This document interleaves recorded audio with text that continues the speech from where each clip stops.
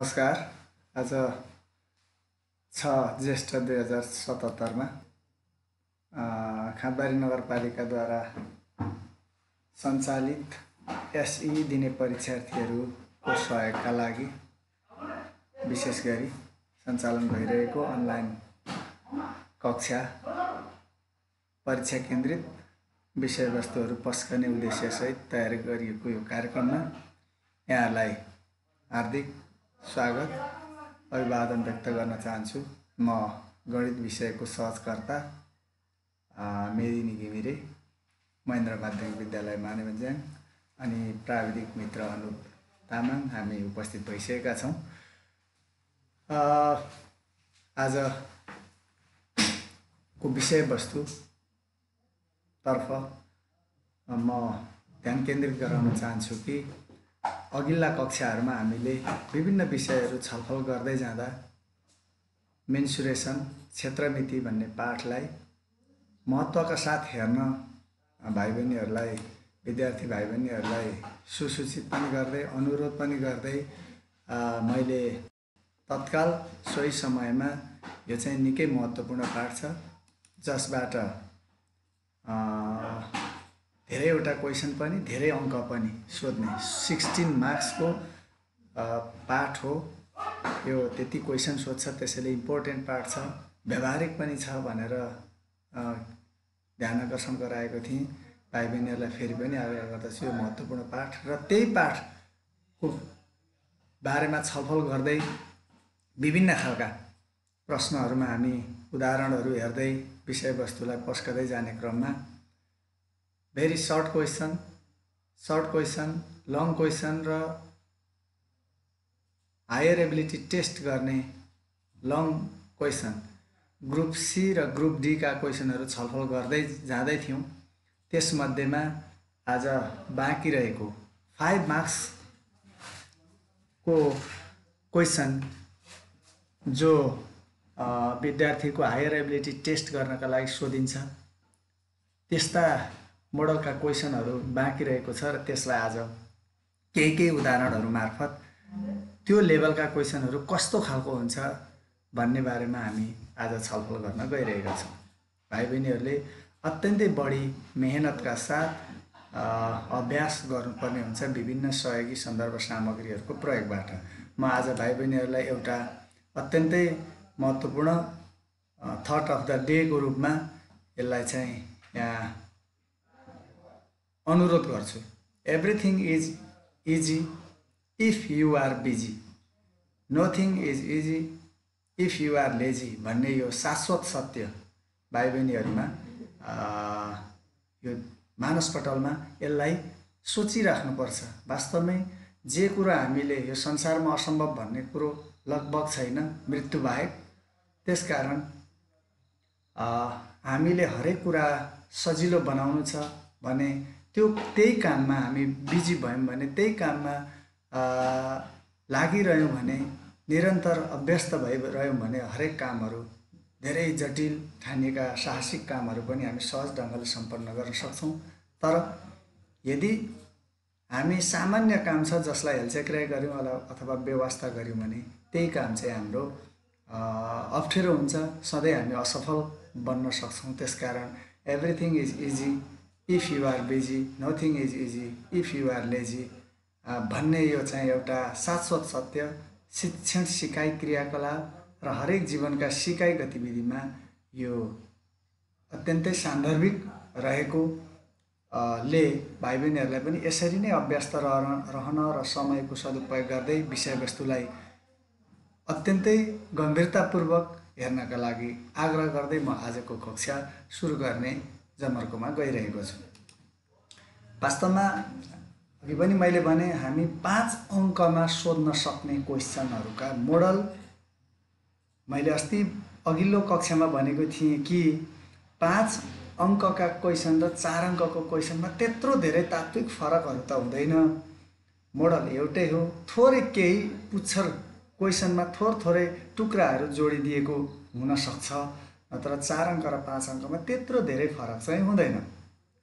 तैपनि 5 अङ्कमा जोड्न सक्ने त्यस्ता टुक्रा क्वेसनहरू के हुन सक्छन्, कुनैमा 4 अङ्कको पनि यस्तै त थियो नि भन्ने खालको विद्यार्थीहरूमा एउटा आत्मबल बढेर जाओस् भन्ने उद्देश्यले यसका केही उदाहरणहरूलाई आज हामी छलफल गर्न गइरहेका छौँ। यो ग्रुप डी गणितमा जम्मा 4वटा ग्रुपहरू हुन्छन्। ग्रुप ए 1 अङ्कको very short question, group B 2 मार्क्सवाला सर्ट क्वेसन, ग्रुप सी 4 मार्क्सवाला सर्ट क्वेसन र ग्रुप डी 5 मार्क्सवाला लङ क्वेसन हुन्छ।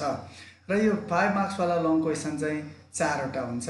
अङ्कगणित, बीजगणित, ज्योमेट्री र यो मेन्सुरेसन, यी 4वटा युनिटबाट, 4वटा पाठहरूबाट, 4वटा गणितका क्षेत्रहरूबाट एक-एकवटा क्वेसनहरू सोध्ने मध्ये आज हामी क्षेत्रमितिबाट यो 5 मार्क्सको क्वेसनमा सोध्न सक्ने प्रश्नहरूको बारेमा छलफल गर्दैछौँ। यहाँ मैले प्रदर्शन गरिरहेको छु एउटा एक्जाम्पल।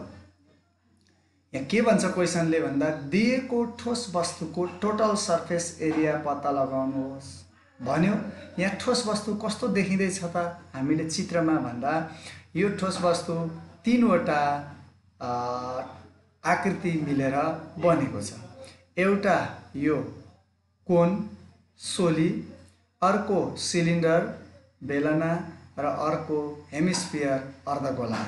यी 3वटा ठोस वस्तु मिलेर यो चाहिँ संयुक्त ठोस वस्तु बनेको छ। यसबाट प्राय परीक्षामा सोध्ने जम्मा 3वटा क्षेत्रहरू छन्। एउटा भोल्युम सोध्न सक्छ। भाइ बहिनीहरूलाई म अघिल्लो कक्षामा छलफल गरेको विषयवस्तुलाई पुनः स्मरण गराउन चाहन्छु। भोल्युम भन्यो भने यहाँ 3वटा वस्तु, एउटा अर्धगोला छ, एउटा बेलना छ, एउटा सोली छ। अर्धगोलाको पनि भोल्युम, बेलनाको पनि भोल्युम, सोलीको पनि भोल्युमको आफ्ना फर्मुलाहरू लगाएर यसको सम्पूर्ण भोल्युमको योगफल निकाल्यो भने यो ठोस वस्तुको भोल्युम हुन्छ। कुनै यसमा विवादै छैन। कर्ड सर्फेस एरिया वक्र सतहको क्षेत्रफल भन्यो भने पनि त्यसै गरी यो अर्धगोलाको कर्ड सर्फेस सिएसए, अनि बेलनाको सिएसए र सोलीको सिएसए कर्ड सर्फेस एरिया, यो 3वटैको वक्र सतहको क्षेत्रफल निकाल्यो भने यो वक्र सतहको क्षेत्रफल हुन्छ। तर पुरा सतहको क्षेत्रफलका लागि अर्धगोलाको पुरा सतहको क्षेत्रफल, सोलीको पुरा सतहको क्षेत्रफल, बेलनाको पुरा सतह टोटल सर्फेस एरिया, यो 3टै जोड्यो भने यो प्रश्नका लागि यो ठिक हुँदैन। किन भन्ने बारेमा अहिले हामी यो प्रश्नकै सन्दर्भमा छलफल गर्छौँ। त्यो टोटल सर्फेस एरिया भन्यो र जोडिएको 1 भन्दा बढी आकृति मिलेको ठोस वस्तु देखियो भने त्यसमा हामीले के ध्यान दिनुपर्छ भन्दा टोटल सर्फेस एरिया भनेको सिंगल वस्तुमा के हुन्छ र यो ठोस वस्तुमा त्यो टोटल सर्फेस एरियाकै के भागहरू छोपिएका छन् र के भागहरू देखिन्छन्, त्यो भाग मात्रै हाम्रो चाहिँ टोटल सर्फेस एरिया हुन्छ भन्ने धारणा चाहिँ दिमागमा लिएर यसलाई समाधान गर्नतर्फ जाउँ। अब यहाँ पहिलो चरणमा के दियो त यो क्वेसनमा भन्दा यो 14 सेन्टिमिटर चाहिँ डायमिटर दिएको छ। व्यास चाहिँ 14 सेन्टिमिटर दियो भने यसको रेडियस कति हुन्छ त अर्धव्यास भन्दा त्यसको आधी हुन्छ 7 cm। मैले फेरि भाइ बहिनीहरूलाई के स्मरण गराउन चाहन्छु भने मैले जति पनि फर्मुलाहरू अगाडि महत्त्वपूर्ण अत्यावश्यक फर्मुला भनिएको थिएँ ती फर्मुला चाहिँ सबै रेडियस समावेश भएका प्रश्न भएको हुँदा मैले यहाँ डायमिटर दिए पनि रेडियसमा कन्भर्ट गरेर फर्मुला रेडियसको लगाउने प्रयत्न गरेको छु। भाइ बहिनीहरू यदि आफू डायमिटर भएको डी भएको फर्मुलासँगै फेमिलियर छौँ हामी यदि भने त्यही डी भएकै फर्मुला लगाउँदा पनि हुन्छ। र यहाँ चाहिँ डायमिटर 14 सेन्टिमिटर दिएको छ, त्यसको रेडियस चाहिँ आधी भयो, अर्ध व्यासको आधी 7 cm। अब बेलनाको मात्रै उचाइ चाहिँ कति दिएको छ यो फिगर अनुसार भन्दा 20 सेन्टिमिटर दिएको छ। अनि यो 35 सेन्टिमिटर चाहिँ के दिएको छ भन्दा वारपार पुरै संयुक्त ठोस वस्तुको हाइट चाहिँ 35 सेन्टिमिटर दिएको छ। अब यो चाहिँ अर्धगोलादेखि यो सोलीको चुच्चो भागसम्मको हाइट 35 हो। त्यो मध्ये 20 सेन्टिमिटर बेलना भइसकेपछि बाँकी रहेको 15 सेन्टिमिटर चाहिँ के भयो त भन्दा यो अर्धगोला र सोलीको हाइट हो। त्यो मध्ये अर्धगोला कति सोली कति भन्दा अर्धगोलाको हाइट भन्नु नै अर्धगोलाको अर्धव्यास हो, रेडियस हो। त्यसकारण पुरै 35 यो ठोस वस्तु थियो। 35 मध्ये यो सेन्टरदेखि यहाँसम्मको डिस्टेन्स भनेको त रेडियस हो, त्यो रेडियस नै यसको हाइट हो। त्यसैले रेडियस पनि कटाएपछि सोलीको हाइट आउँछ। त्यसो हो भने 35 मध्ये 20 त बेलनाको भइहाल्यो। यो सोली कति छ भन्दा, अर्धगोला कति छ भन्दा 7 cm छ, अर्धव्यास बराबरको हाइट छ। त्यसैले त्यो 20 र 7 गरी जम्मा यो सोलीदेखि बाहेक 27 सेन्टिमिटर चाहिँ यो अरू दुईटा वस्तुको उचाइ रहेछ, लम्बाइ रहेछ। त्यसो भए सोलीको मात्रै हाइट चाहिँ कति भयो त भन्दा 8 cm। यो वास्तविक हाइट हो, सिधा उचाइ हो। अब मैले फेरि स्मरण गराउँछु के भन्दा सोलीमा अथवा पिरामिडमा जम्मा दुई प्रकारको हाइट हुन्छ। एउटा वास्तविक उचाइ, सिधा उचाइ, र अर्को छड्के उचाइ। सिधा उचाइ र छड्के उचाइ हुन्छ। हामीले बुझ्नुपर्ने, सम्झाउनु पर्ने कुरा के छ भन्दा सिधा उचाइ भनेको आयतन पत्ता लगाउनलाई प्रयोग गरिन्छ र छड्के उचाइ भनेको क्षेत्रफल पत्ता लगाउनलाई प्रयोग गरिन्छ। यहाँ सिधा उचाइ दियो। यदि यो क्वेसनमा आयतन पत्ता लगाऊ भनेको थियो भने यही दिएको मानले काफी पुग्छ। तर क्वेसनले के सोध्यो भन्दा एरिया, टोटल सर्फेस एरिया। त्यसो भए एरिया निकाल्नलाई त स्ल्यान्ट हाइट चाहिन्छ, छड्के उचाइ। त्यो स्ल्यान्ट हाइट छैन, त्यसैले सोलीको छड्के उचाइ निकाल्नु पर्यो। सोलीको छड्के उचाइ यदि नदिएको अवस्था छ भने सधैँ के हामीले सम्झाउनु पर्छ, पाइथागोरियन थ्योरम। किन भन्दा यहाँ एउटा राइट एङ्गल ट्रायङ्गल बन्छ। यो सिधा उचाइ, अर्धव्यास र यो छड्के उचाइबाट राइट एङ्गल ट्रायङ्गल। दुईटा भुजा दिएपछि त बाँकी भुजा निकाल्नलाई पाइथागोरस साध्य। पाइथागोरस साध्य h square equal to q square plus b square. यो h भनेको यहाँ 90 डिग्रीको अगाडिको स्ल्यान्ट हाइट हुन्छ l स्क्वायर, अनि p स्क्वायर, p भनेको यो सिधा उचाइ h स्क्वायर हुन्छ, र b भनेको यो r स्क्वायर छ। त्यसैले त्यो भ्यालुहरू राखौँ। l square equal to, l स्क्वायरको भ्यालु छैन, h को भ्यालु 8 cm आइसकेको छ यो, र r को भ्यालु कति दिएको छ त भन्दा 7 cm दिएको छ, त्यसको स्क्वायर। त्यसो भए l स्क्वायर इक्वल टु कति भयो, 8 8 जा 64, 7 7 जा 49 cm स्क्वायर, 113 cm स्क्वायर भयो। l मात्रै राख्यो भने स्क्वायर गर्दा अर्कातिर रुट थपिन्छ। रुट 113 cm स्क्वायर भनेको 10.6 cm आयो। बल्ल के आयो त भन्दा यसको चाहिँ स्ल्यान्ट हाइट आयो। किन स्ल्यान्ट हाइट निकाल्यौँ हामीले भन्दा क्षेत्रफल पत्ता लगाउनु छ। क्षेत्रफल चाहे कर्ड सर्फेस वक्र सतह भनोस्, चाहे टोटल सर्फेस पुरा सतह, जेसुकै भनोस्, क्षेत्रफल निकाल्नलाई छड्के उचाइ चाहिने भएकोले पहिले हामी छड्के उचाइ निकाल्न सफल भयौँ। अब भने हामीले निकाल्नु पर्ने छ ठोस वस्तुको टोटल सर्फेस एरिया, पुरा सतहको क्षेत्रफल। अब फेरि पुरा सतहको क्षेत्रफल भनेको के हो भन्दा यो ठोस वस्तुमा देखिएको जति भागहरू के हो। जस्तो यहाँ के देखिन्छ भन्दा यो अर्धगोलाको यो बाहिरी बोक्रो देखिन्छ, कर्ड सर्फेस हो यो। अर्धगोलाको यो भाग मात्र देखिन्छ। यो वृत्ताकार भाग, यो बेलनाको भाग र अर्धगोलाको वृत्ताकार भाग छोपियो दुईटा जोडिँदा, त्यसैले यो भाग देखिँदैन। यो बाहिरी भाग मात्रै, खोक्रो मात्रै देखिन्छ भनेपछि बाहिरी बोक्रो मात्रै देखिनु भनेको यो कर्ड सर्फेस एरिया हो यसको। यो वक्र सतहको क्षेत्रफल। अब यो बेलनाको पनि यो दुईटा वृत्ताकार भाग देखिँदैन, यो ढुङ्ग्रो मात्रै देखिन्छ। त्यो ढुङ्ग्रो मात्रै भनेको, खोक्रो भनेको त सधैँ वक्र सतह हो। त्यसैले बेलनाको पनि वक्र सतह प्लस सोलीका दुईटा भागमध्ये यो आधार देखिँदैन, देखिने भाग भनेको यो चुच्चो भाग मात्रै हो। त्यसो भए यो भनेको पनि के हो त भन्दा कर्ड सर्फेस एरिया हो। ल यो भाग देखियो, यो बिचको भाग देखियो, र यो चुच्चो भाग देखियो। यी वृत्ताकार कुनै पनि भागहरू देखिएन। त्यसो भए यो वक्र सतह, यो वक्र सतह, यो वक्र सतह जोड्दा यो टोटल देखिने जति पुरा सतह हो। भाइ बहिनीहरू केमा कन्फ्युज हुन सक्छन् भन्दा यसमा के ध्यान दिनुपर्छ भन्दा पुरा सतहको क्षेत्रफल निकाल भनेको छ क्वेसनले चाहिँ। हामीले फर्मुला चाहिँ सबै वक्र सतह, वक्र सतह, वक्र सतह लगायौँ, अनौठो भयो भन्ने हुनसक्छ।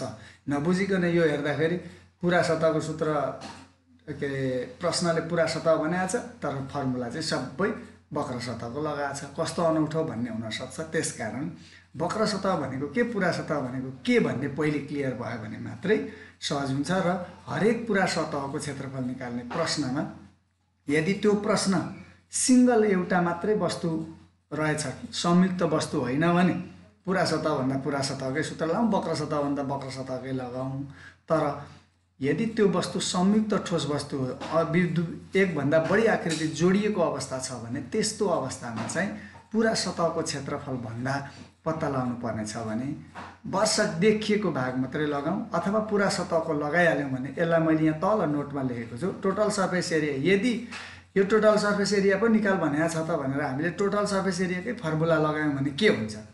अर्धगोलाको टोटल सर्फेस एरिया लाउँदा यो एउटा वृत्त पनि पर्छ, बेलनाको टोटल सर्फेस एरिया लगायो भने दुईतिरको वृत्त पर्छ भनेपछि अघि एउटा वृत्त, बेलनामा दुईटा तीनटा वृत्त भयो। सोलीको पनि टोटल सर्फेस एरिया लगायो भने यो तलको आधारको वृत्त पनि पर्छ, चारवटा वृत्त छोपिन्छ यहाँ, त्यो त बढी भयो। त्यसैले यदि टोटल सर्फेस एरियाको फर्मुला लगायौँ भने त्यो चारवटा छोपिएको बढी सूत्रमा छ तर यहाँ देखिँदैन, बढी भएको वृत्तको क्षेत्रफल घटाउनु पर्छ। यो पनि गर्न सकिन्छ है।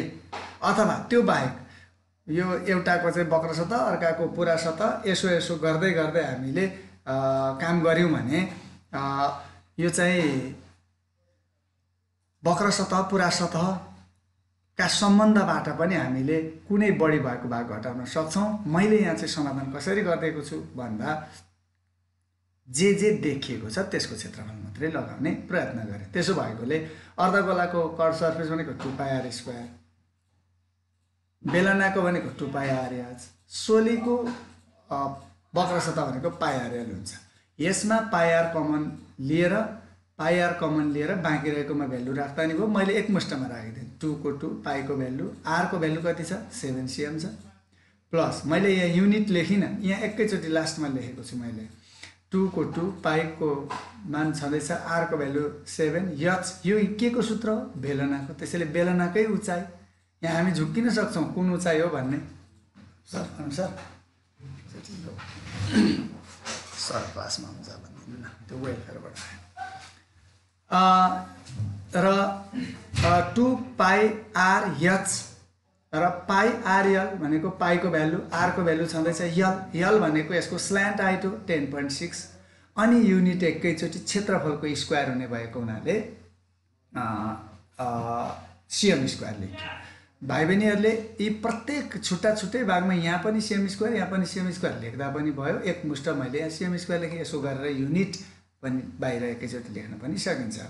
अब यसलाई क्याल्कुलेसन गरौँ। 7 र 7 एउटा काटिन्छ, यो 7 अनि 22 × 2 मल्टिप्लाई गरौँ 100, 308। यो क्याल्कुलेटरको प्रयोग गर्न म आग्रह गर्छु, यस्तामा सामान्य मिस्टेकहरू हुनसक्छ र दशमलवको सामान्यतया 2 स्थान वा 1 स्थान, cm भए 1 स्थान, मिटर भए 2 स्थान, किलोमिटर भए 3 स्थान राख्ने नर्मल्ली मेट्रिक मेजरको रुल हो, त्यो अनुसार गर्न सकिन्छ।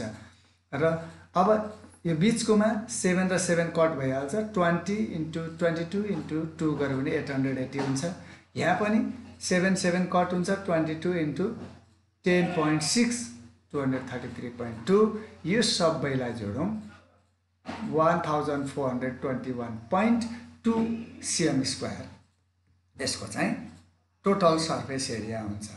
यदि यही क्वेसनलाई कर्ड सर्फेस भनेको थियो भने नि यति नै हुन्थ्यो। त्यसैले यहाँ चाहिँ वक्र सतहको क्षेत्रफल र पुरा सतहको क्षेत्रफल बराबर भयो। किन यस्तो बराबर भयो भन्दा पुरा सतहको क्षेत्रफल भन्नु पनि यी आधार र क्रस सेक्सन जति सबै छोपिएको हुनाले देखिएको भाग त्यही वक्र सतहको क्षेत्रफल मात्र देखिन्छ, त्यसैले त्यो नै पुरा सतहको क्षेत्रफल हुन्छ।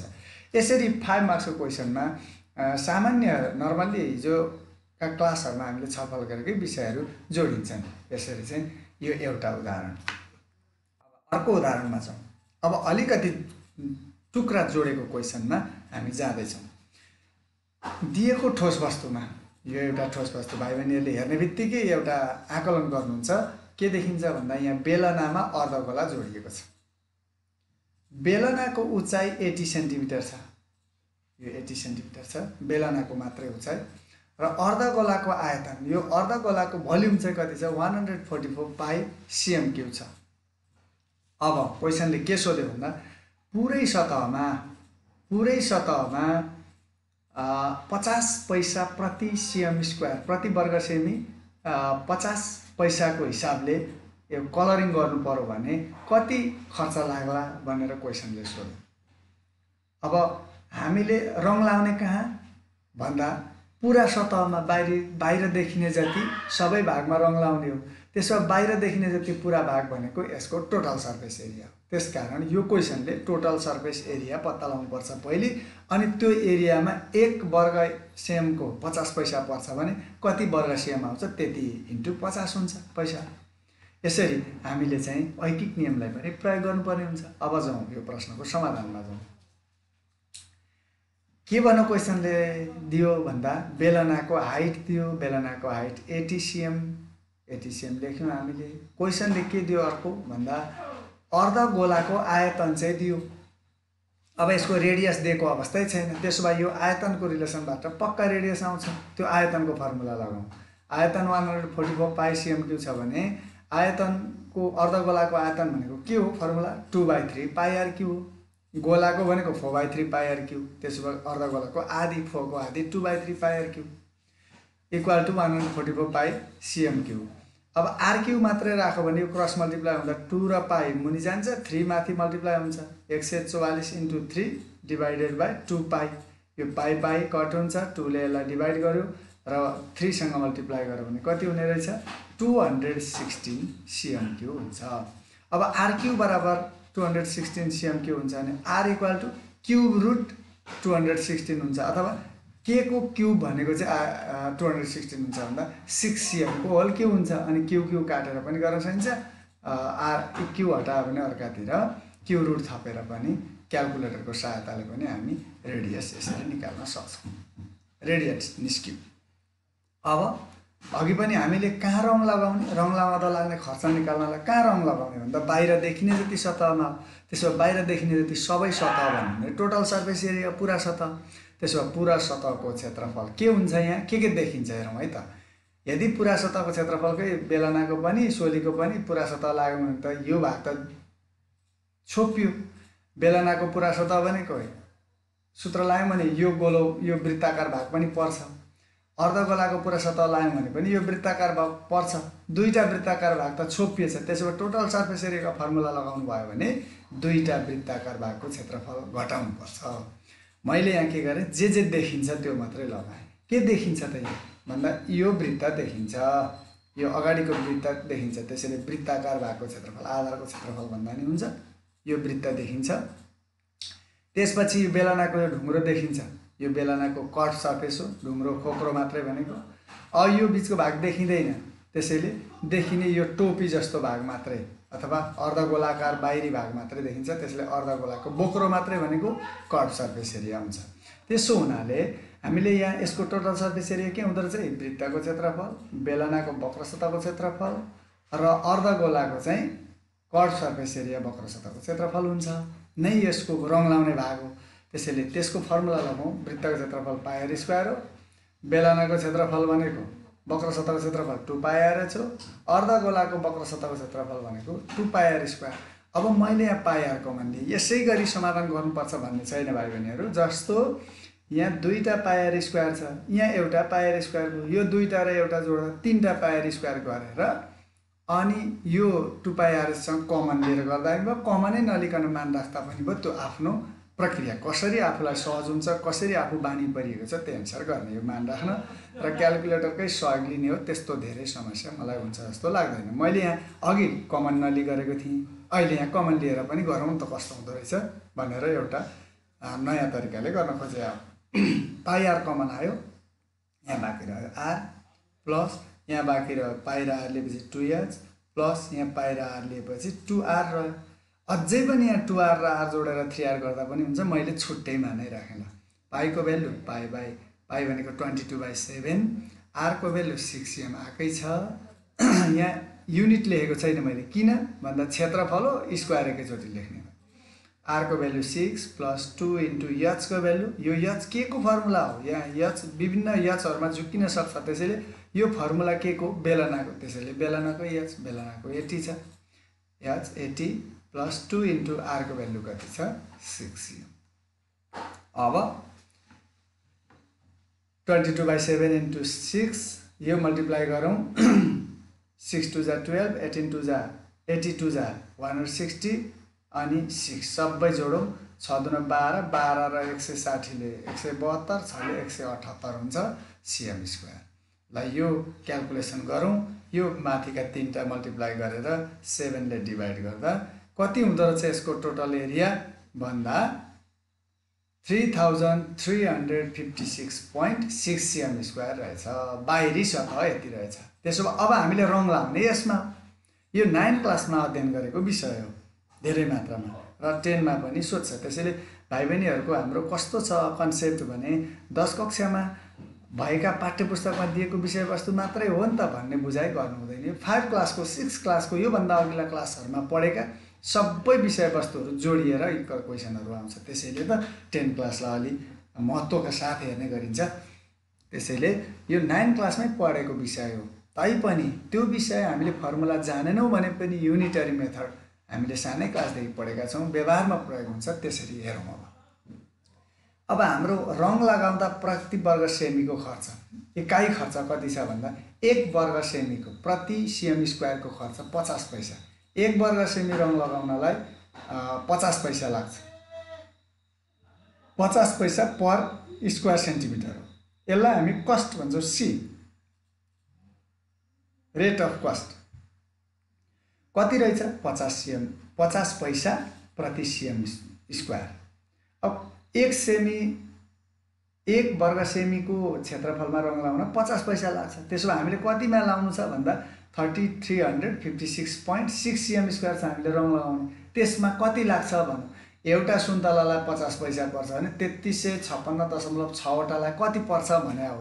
यो भनेको त ऐकिक नियमअनुसार बढी प्रत्यक्ष विचरण अनुसार एउटाको यति पर्छ भने बढीको पक्कै बढी पर्छ, मल्टिप्लाई गर्ने हो ऐकिक नियमअनुसार हो भने होइन। यसलाई फर्मुला जेनरलाइज गरेर फर्मुलाकै रूपमा प्रयोग गर्छु भन्दा जम्मा खर्च निकाल्नु छ हामीले टोटल कस्टलाई टी भन्छौँ। टोटल कस्ट भनेको जति एरियामा लाउँछौँ इन्टु सी भन्ने हामीले फर्मुला सम्झेका छौँ। यो फर्मुला नसम्झेर युनिटरी मेथडबाट गर्दा पनि हुन्छ। 1 जम्मा 3356.6 वर्ग सेमी क्षेत्रफलमा लगाउने 50 पैसाका दरले बढी लाग्छ, इन्टु गरियो। यो cm स्क्वायर काटियो, 1,67,830 पैसा हुन्छ। अब पैसा 100 भन्दा बढी हुने बित्तिकै सामान्यतया यो युनिटमा हामीले रुपियाँमा लेख्ने गर्छौँ। यसलाई 100 ले डिभाइड गरेर 100 पैसाको 1 रुपियाँ 100 ले डिभाइड गर्यो भने 1678.30 हुन्छ।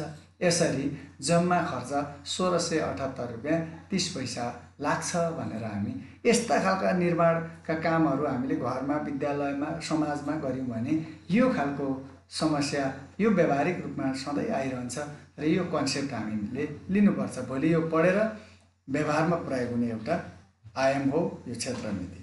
भाइ बहिनीहरु, यसरी यो पैसा कति लाग्छ भनेर यसरी टुक्रा क्वेसन जोडेर 5 अङ्कको क्वेसनमा सोध्ने गरेको पाइन्छ। अब रह्यो अर्को। अब अर्को उदाहरणमा जाउँ हामी फेरि यस्तै। यहाँ अर्को एउटा उदाहरण क्वेसन नम्बर 22 लेखेको छु मैले सबै, किन भन्दा यो क्वेसन नम्बर 22 मा सोध्ने क्वेसन हो यो। यहाँ एउटा क्वेसन छ, एउटा उदाहरण हेरौँ है त। यहाँ चित्र हेर्ने बित्तिकै भाइ बहिनीहरूले एउटा मानसिक रूपमा एउटा अवधारणा चाहिँ बनाइहाल्नु सकिन्छ, किनकि हामी 10 कक्षाको परीक्षाको तयारी गर्ने विद्यार्थी हौँ, नयाँ विषयवस्तु होइन। मैले त्यसैले पनि नयाँ विषयवस्तु कसरी आयो भन्ने भन्दा नि हामी पढिसकेका विद्यार्थीलाई केन्द्रित भएर समस्या समाधानलाई मात्रै जोड्न गइरहेको छु। यसले नयाँ जसले यो कन्सेप्ट कम्प्लिटली कन्सेप्ट नलिएका विद्यार्थीहरूका लागि अलि असहज क्लियर नहुन सक्छ, तर यो एसईई केन्द्रित भएको हुनाले एसईई दिने विद्यार्थीहरू तयारी भइसकेका छन्, यो पाठ पढिसकेकाले सहजै हुन्छ भन्ने मैले विश्वास लिएको छु। संयुक्त ठोस वस्तु, यहाँ दुईटा वस्तु भाइ बहिनीहरूले, दुईटा वस्तु, एउटा बट्टा छ, त्योमा बट्टामाथि अर्को पिरामिडको बिर्को, यो बट्टा प्रिज्म हो, यो माथिको बिर्को चाहिँ पिरामिडको छ, त्यस्तो रहेछ बुझौँ। अब आधारको भुजा 8 cm छ र यो चित्रमा सङ्केत के दिएको छ भने यो दुईटा भुजा बराबर छ भने आधार वर्गाकार भएको, वर्गाकार आधार भएको वर्गाकार पिरामिड रहेछ यो भन्ने, प्रिज्म रहेछ भन्ने बुझ्नु पर्यो। जति छ प्रिज्मको आधार पिरामिडको आधार पनि त्यति नै छ। 8 cm र उचाइ चाहिँ 6 cm छ।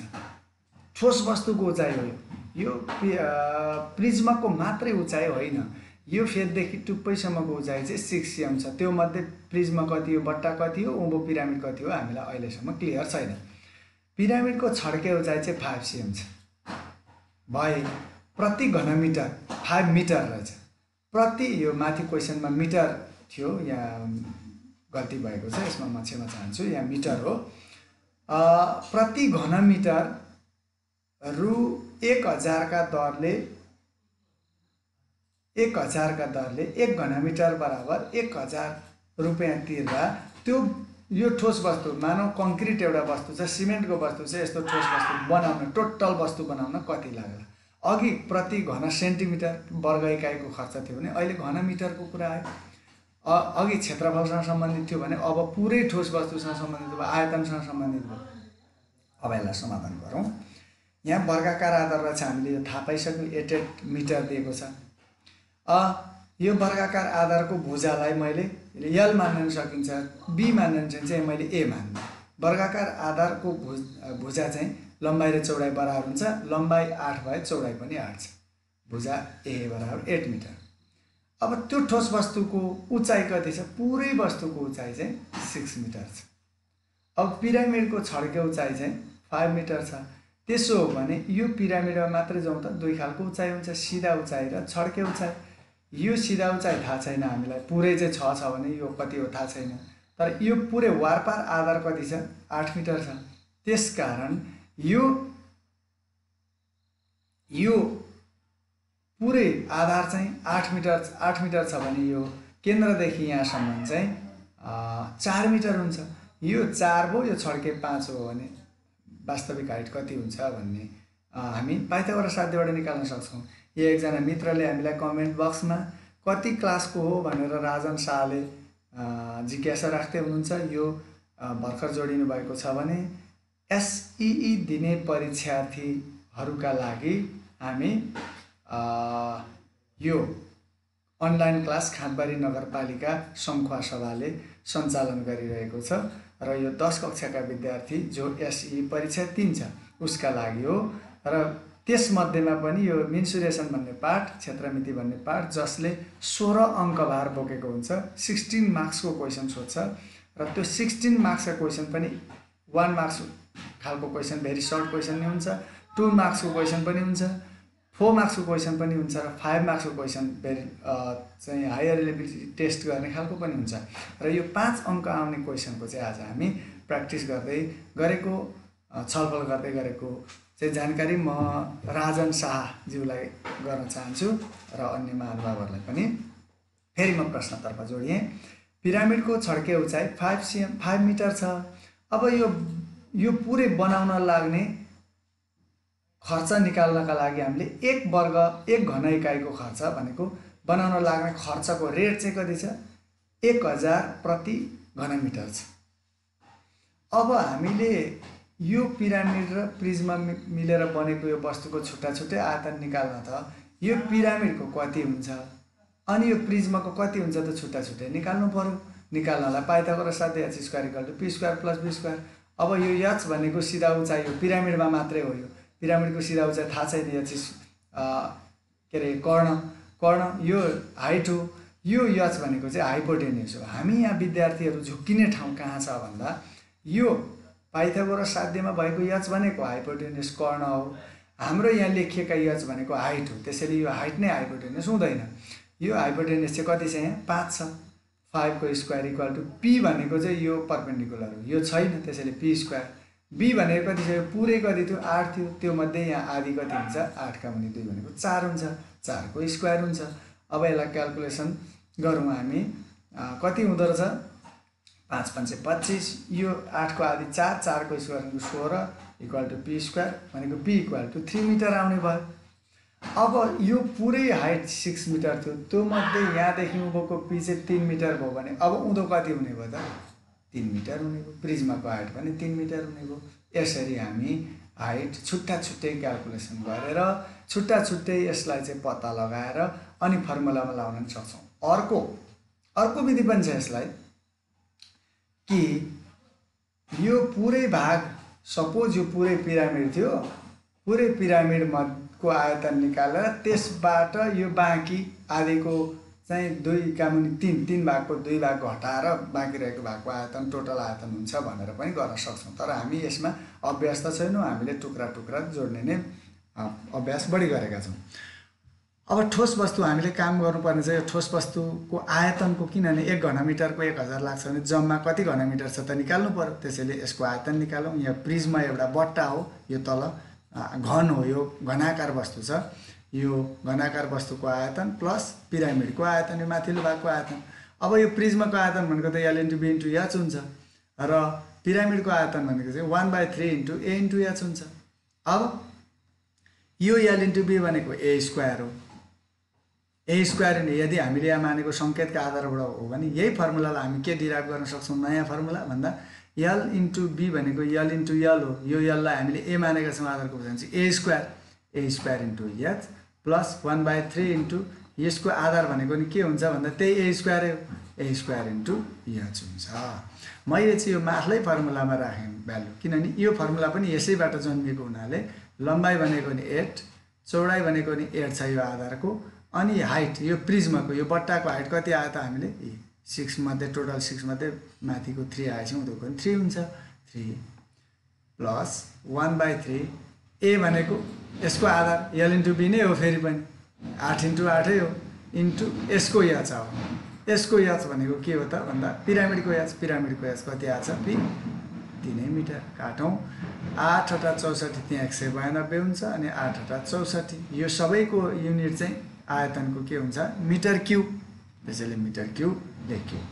अब यी दुईटा जोडौँ 256 मिटर क्युब हुन्छ भनेको जम्मा यो वस्तु बनाउन कति यसले आयतन कति लिँदो रहेछ त भोल्युम भन्दा 256 घन मिटर लिँदो रहेछ।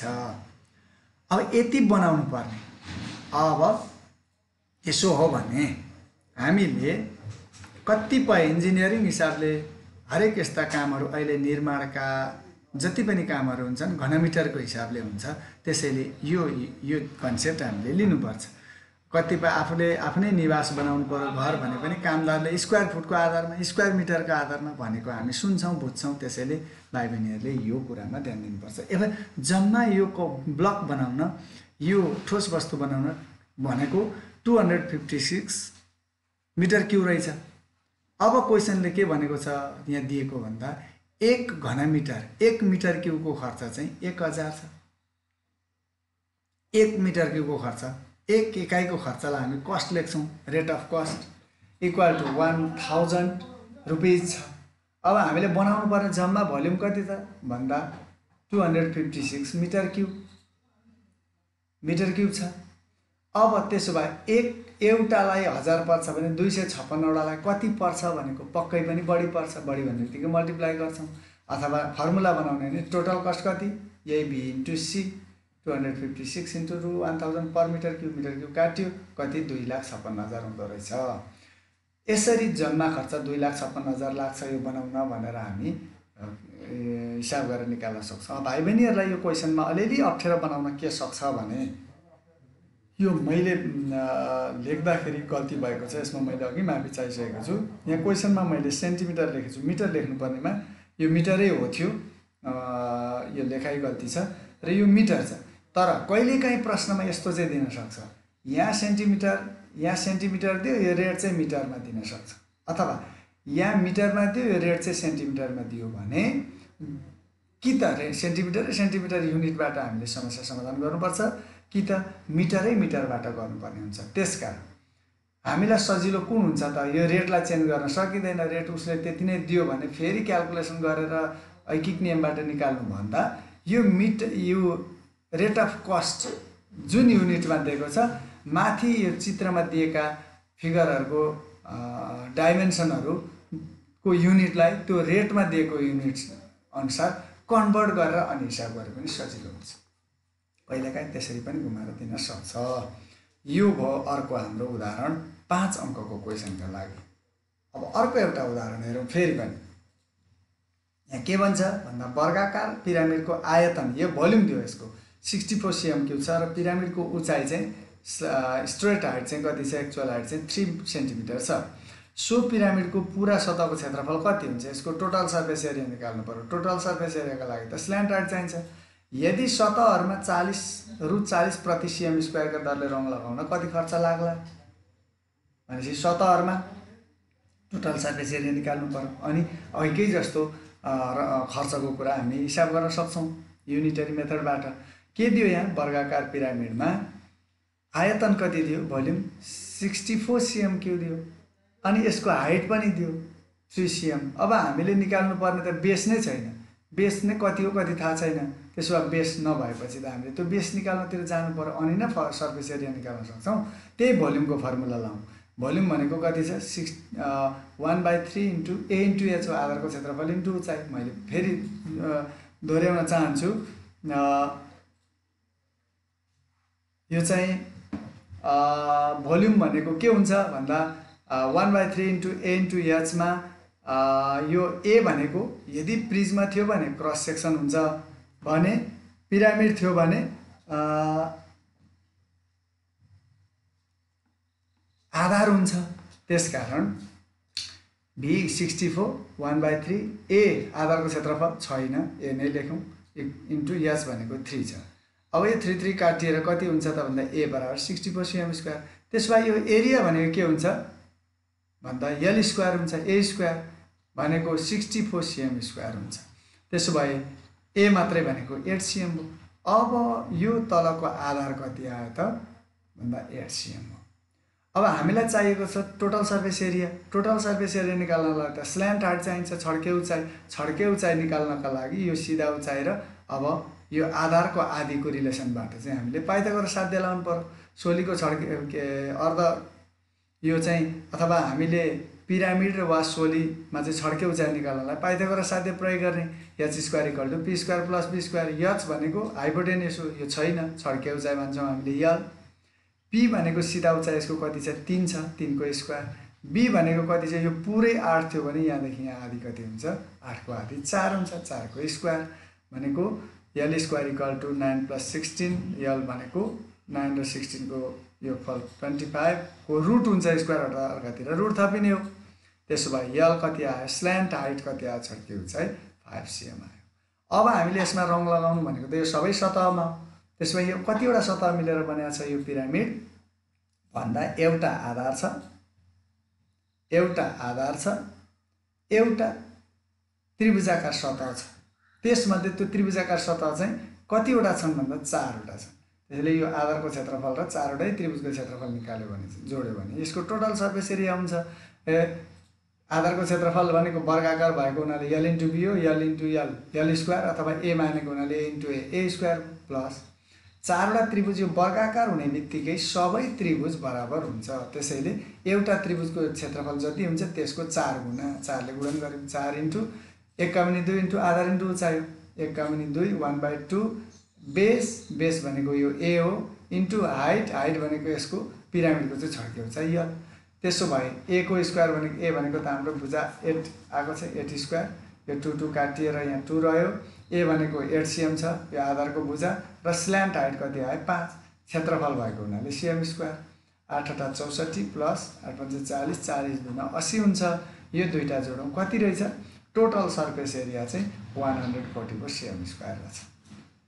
अब प्रश्नले भनेअनुसार फेरि प्रश्नले के भनौँ, रङ लगाउनु पर्ने जम्मा क्षेत्रफल कतिमा लाउने भयौँ हामीले, यो पिरामिड हो सिम्पल, यस 144 cm² मा लाउने भयौँ। यदि विद्यार्थी भाइ बहिनीहरू यो यदि सिमेन्टको ब्लक यस्तो बनाइयो र त्यहाँ चाहिँ रङ लाउने भन्यो भने त यो त जमिनमा छ भने त्यसलाई उक्काएर उँधोपट्टि रङ लगाउने त कुरो भएन। त्यसैले यो ठोस वस्तु स्थायी रूपमा गाडिएको अवस्थामा छ भने यो बेस पर्दैन। तर यहाँ चाहिँ पिरामिड मात्रै भनेको हुनाले पिरामिडको टोटल सर्फेस एरिया भनेको यो 5वटै हुन्छ। यो 144 cm² मा रङ लगाउनु पर्यो। खर्चको रेट चाहिँ कति छ, रेट अफ कस्ट 40 प्रति cm², 1 वर्ग सेमीको 40 छ। त्यसो 1 वर्ग सेमीलाई रङ लगाउन 40 लाग्छ भने 144 वर्ग सेमीलाई रङ लगाउन कति लाग्छ इन्टु 144 गर्दाखेरि 5760 रुपैयाँ चाहिँ जम्मा खर्च लाग्दो रहेछ। त्यसैले प्रश्नले के सोधेको छ, देयरफोर पिरामिडको पुरा सतहको क्षेत्रफल कति हुन्छ, टोटल सर्फेस एरिया 144 cm², जम्मा कति खर्च लाग्छ 40 रुपैयाँ प्रति वर्ग सेमीका दरले भनेको थियो, जम्मा 5760। यसो गर्दा भाइ बहिनीहरूले 5 अङ्क पाउने हुन्छ। नर्मल्ली यति हिसाब भनेको यो टोटल सर्फेस एरिया निकाल्ने 4 अङ्कमा नि सोधेकै हुन्छ। त्यसबाहेक यो जोडिएको यो काम गऱ्यो भने हामीले 1 अङ्क पाउँछौँ। यो चाहिँ व्यवहारिक समस्या यहाँ जोडिएको छ। त्यसैले यो त्यस्तो नयाँ जटिल खालको केही पनि हुँदैन। क्षेत्रमितिको कन्सेप्ट नै सबभन्दा महत्त्वपूर्ण कुरा हो। यो अर्को उदाहरणमा हामीले छलफल गऱ्यौँ। अब अर्को उदाहरणमा जाउँ। अब अलि व्यावहारिक क्वेसन आयो। के भन्छ क्वेसनले भन्दा दिएको सिमेन्टको स्तम्भको सतहहरूमा, ल यो सिमेन्टको स्तम्भ रहेछ, अब भने यो ठोस वस्तु छ, यो जमिन मुनि यदि क्षेत्रफलको कुरा आयो भने यो जमिन मुनि गाडिएको छ, यो चाहिँ जमिनमा रहेको भाग छ। मानव रङ लगाउनु पर्यो भने यो भुइँतिर उँधो कोट्याएर लाउने कुरो हुँदैन। देखिने के त त्यसलाई हामीले पल्टाउन सक्दैनौँ। जस्तो ठोस वस्तु स्थायी छ त्यसको जे देखिन्छ त्यति मात्रै लाउने कुरा हुन सक्छ। स्तम्भको सतहहरूमा यी सबै सतहहरू जति छन्, स्तम्भ हो यो खम्बा पिलर बनाएको रहेछ। स्तम्भको सतहमा 20 मिटर रु 20 प्रति वर्ग मिटरका दरले 1 वर्ग मिटरको 20 का दरले रङ लगाउँदा कति खर्च लाग्छ, जबकि उक्त स्तम्भ खेल मैदानको छेउमा निर्माण गरिएको छ। यो स्ट्याचुको रूपबाट निर्माण गरिएको यो एउटा स्तम्भ रहेछ। त्यो पोल स्तम्भलाई चाहिँ 1 वर्ग मिटरको 20 रुपियाँका दरले रङ लगाउँदा कति खर्च लाग्छ भनौँ। अब यहाँ के दियो यसमा भन्दा यो टोटल हाइट चाहिँ ठोस वस्तुको पुरै हाइट चाहिँ कति छ, 22 मिटर दियो। अनि यो 10 मिटर हाइट पनि पो 10 मिटर रहेछ भनेपछि यो चाहिँ घन नै रहेछ, क्युब नै रहेछ। 10 मिटर लम्बाइ, 10 मिटर चौडाइ, 10 मिटर उचाइ छ। त्यसो भए यो पुरै वस्तु 22 मिटर छ। यो बट्टाको चाहिँ 10 मिटर छ भने उँभो स्वतः कति हुने हो, बाँकी रहेको 22 मा 10 कटाएपछि 12 मिटर हुन्छ। हामीले निकाल्न सक्छौँ। प्रिज्मको लम्बाइ, चौडाइ र उचाइ बराबर छ भनेको छ। त्यसैले यो घनाकार हो। यसको आधारको भुजालाई यल मानौँ, यसलाई यल, यसलाई बी, यसलाई एच मान्थ्यौँ। यल बी एचै लेख्दा पनि हुन्छ, तर यसलाई ए मान्यो भने यो ए तिनटै बराबर भयो। आधार भुजालाई ए माने मैले 10 मिटर। पिरामिडको उचाइ कति हुन्छ त, सिधा ठाडो उचाइ भन्दाखेरि जम्मा 22 मध्ये उँधो 10 भएपछि बाँकी रहेको 12 भयो।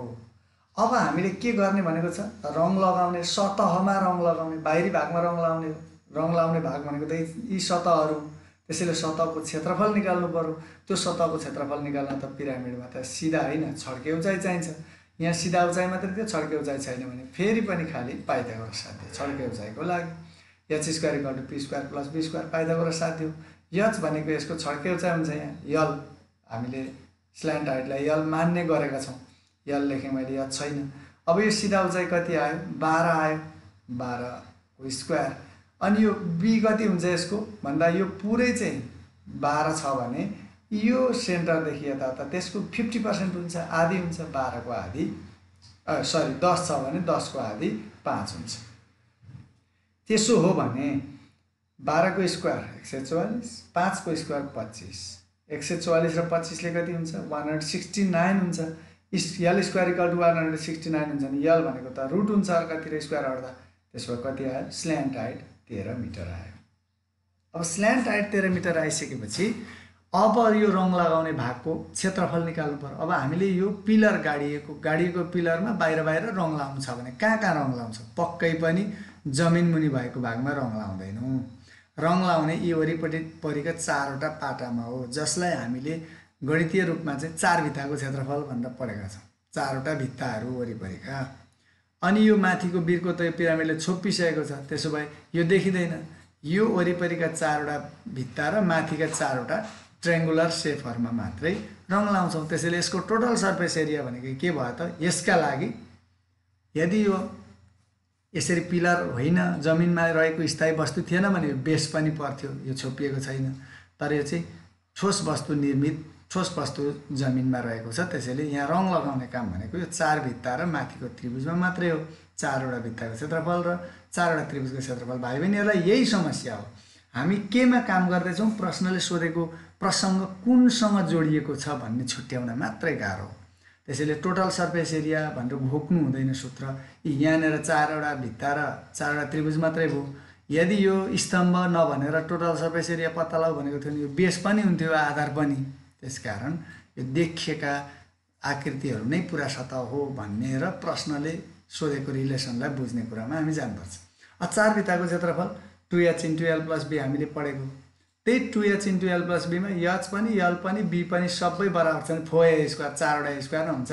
एउटा लम्बाइ इन्टु चौडाइ, अर्को नि लम्बाइ इन्टु चौडाइ, अर्को नि लम्बाइ इन्टु चौडाइ, चारैवटा l * b बाटै आएको हो यो फर्मुला। यहीँ भ्यालु राख्दा पनि हुन्छ। एच भनेको नि 10, एल भनेको नि 10, बी भनेको नि 10, यहीँ फर्मुला राखेर एन्सर निकाल्दा नि भयो। एच भनेको नि ए, एल भनेको नि ए, बी भनेको नि ए हो र यी दुईटा जोड्दा 2a, 2a र 2a गुणन गर्दा 4a स्क्वायर भनेर फर्मुलै डिराइभ गरेँ मैले यहाँ। यसरी डिराइभै गर्नुपर्छ भन्ने चाहिँ नि यहाँ भ्यालु राख्दा हुन्छ। 4वटा त्रिभुजको क्षेत्रफल एकका पनि 2 इन्टु आधार इन्टु उचाइ हो, जसमा 4वटा उस्ता उस्तै भएकोले 4ले मल्टिप्लाई गरियो। ल हेरौँ अब, यो 2 काट्यो, 2al भयो। एच भनेको चाहिँ यो त्रिभुजको उचाइ भनेको पिरामिडको छड्के उचाइ हो यल।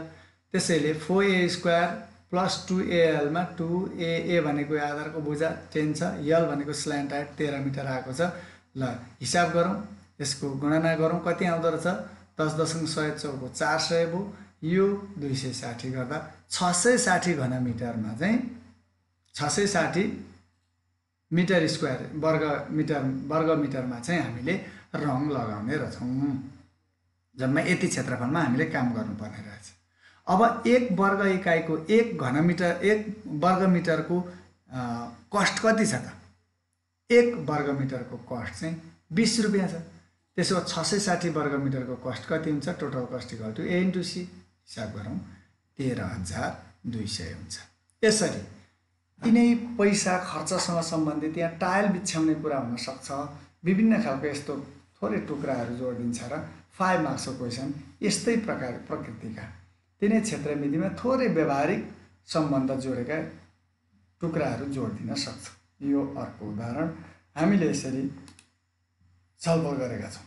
अब एउटा क्वेसन आयो, के आयो भन्दा यहाँ चित्र पनि दिएन, भनाइ मात्रै दियो। बहुत रमाइलो क्वेसन छ, महत्त्वपूर्ण क्वेसन छ। एउटा 21 सेन्टिमिटर उचाइ र 56 सेन्टिमिटर अर्धव्यास भएको बेलनालाई पगालेर बेलनाभन्दा 3 गुणा उचाइ भएको सोली बनाइयो भने बेलनाको वक्र सतहको क्षेत्रफल निकाल्नुहोस् भनौँ। एउटा कुरा के बुझ्नु पर्यो भन्दा, एउटा वस्तुलाई पगालेर अर्को वस्तु बनाइयो भने त्यो ठोस वस्तु चाहिँ उत्तिनै हो, आकृति मात्रै चेन्ज हो। त्यसैले वस्तु उत्तिनै हुनु भनेको भोल्युम चाहिँ आयतन चाहिँ उत्तिनै छ भन्ने बुझ्नु पर्यो।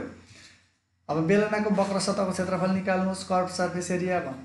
अब यहाँ के दियो त भन्दा, एउटा यति भएको बेलनालाई पगालेर बेलनाभन्दा यहाँ सोलीको चाहिँ वक्र सतहको क्षेत्रफल थियो। सोलीको, यो बेलनाको होइन, सोलीको वक्र सतहको क्षेत्रफल पत्ता लगाउनुहोस् भन्ने थियो। र यहाँ क्वेसनले के भन्यो भन्दा, बेलनाको उचाइ चाहिँ 21 सेन्टिमिटर दियो, बेलनाको अर्धव्यास चाहिँ 56 सेन्टिमिटर दियो। त्यसो भए यसलाई पगालेर अर्को वस्तु बनाउनु भनेको आयतन हो, यसको आयतन निकालौँ। बेलनाको आयतन भनेको कति हुन्छ? पाई r स्क्वायर एच हो। पाई r भनेको यसको 56 cm छ, स्क्वायर भएको हुनाले r स्क्वायर 56 × 56 इन्टु एच भनेको यसको हाइट कति छ? 21 cm गर्दा कति हुँदो रहेछ भन्दा 2,06,976 घन सेन्टिमिटर चाहिँ यो बेलनाको आयतन भयो। अब प्रश्नले के भन्यो त भन्दा, पगालेर त्यो बेलनालाई सोली बनायो। सोली बनाउँदा के भनेको छ भन्दा, बेलनाको भन्दा 3 गुणा उचाइ भनेको हुनाले त्यो सोलीको उचाइ चाहिँ कति हुने भयो? बेलनाको 21 छ भने त्यसको 3 गुणा हुन्छ, 3 × 21 cm भनेको 63 cm चाहिँ सोलीको उचाइ हो। अब सोलीको आयतन र बेलनाको आयतन त बराबर हुन्छ यो पगालेर त्यही वस्तु बनाउँदा। त्यसैले बेलनाको आयतन भन्नु र सोलीको आयतन भन्नु बराबर हुन्छ। बेलनाको आयतन हाम्रो 2,06,976 आएकै छ। 1/3 इन्टु ए इन्टु एच हो सोलीको आयतन भनेको। 1/3 इन्टु ए भनेको पाई r स्क्वायर हो। त्यो किनकि सोलीको आधार भनेको त वृत्त हुन्छ, त्यसैले वृत्तको क्षेत्रफल भनेको पाई r स्क्वायर इन्टु एच भनेको 63 आएकै छ। अब यो भ्यालु राखौँ 1/3, पाईको भ्यालु 22/7, r स्क्वायर रेडियस छैन त्यसैले r स्क्वायरै लेखौँ, 63 छँदैछ। अब यसलाई क्रस मल्टिप्लाई गरौँ, r स्क्वायर मात्रै राखौँ। 7 त्यहाँ 21 ले यहीँ काटेर 21 त्यहाँ 63 ले यहाँ काट्छ 3 चोटि, 22 त्यहाँ 66, त्यो 66 चाहिँ मुनि जान्छ, क्रस मल्टिप्लाईबाट डिभाइड गरौँ, 3136 आयो r स्क्वायर बराबर। त्यसो भए r मात्रै भनेको स्क्वायर हट भने रुट थपिन्छ, यसको 56 cm आउँदो रहेछ। अब हामीले यो मैले अघि पनि भने यो बेलना होइन सोलीको वक्र सतहको क्षेत्रफल निकाल्ने हो। सोलीको वक्र सतहको क्षेत्रफलका लागि त हामीले सोलीका त दुईटा उचाइ हुन्छ, एउटा सिधा उचाइ, एउटा वास्तविक उचाइ र अर्को छड्के उचाइ हुन्छ स्ल्यान्ट हाइट। अब हामीलाई त क्षेत्रफल भन्ने बित्तिकै स्ल्यान्ट हाइट चाहिन्छ। त्यसका लागि पाइथागोरस साध्य प्रयोग गऱ्यौँ। h square equal to p square plus b square. सोलीको छड्के उचाइ नभएको हुनाले h को ठाउँमा l स्क्वायर लेख्यौँ। p भनेको त्यो सोलीको सिधा उचाइ कति छ 63, अनि b भनेको त्यो अर्धव्यास कति आयो 56 cm स्क्वायर आयो, र l square equal to l लाई जोड्दा कति आउँदो रहेछ 7105 cm स्क्वायर। l मात्रै, स्क्वायर हटायो भने रुट थपिन्छ 84.3 cm हुन्छ। अब सोलीको वक्र सतहको क्षेत्रफल निकाल भनेको यो बेलन हैन, सोलीको वक्र सतहको क्षेत्रफल भनेको के हुन्छ फर्मुला पाई आर एल। पाई आर एल भनेको पाईको भ्यालु 22 को अनुसार, आर को भ्यालु यो आर अर्धव्यास 56 आकै छ, यल स्ल्यान्ट हाइट कति आएको छ भर्खर 84.3 cm। अब एरिया भएको हुनाले cm ले cm स्क्वायर हुन्छ, यो हिसाब गरौँ। 7 ले 8 चोटि भाग जान्छ, 8 × 22 × 84.3 गुणन गर्दा 14,836.8 cm स्क्वायर हुन्छ भनेर हामीले 5 मार्क्सको क्वेसन सोधेको क्वेसन एएससीमा सोधेको मोडलको क्वेसन यसरी छलफल गऱ्यौँ। अब 5 अङ्कका क्वेसनहरू खाली प्राय संयुक्त ठोस वस्तुकै सोध्ने गर्छ।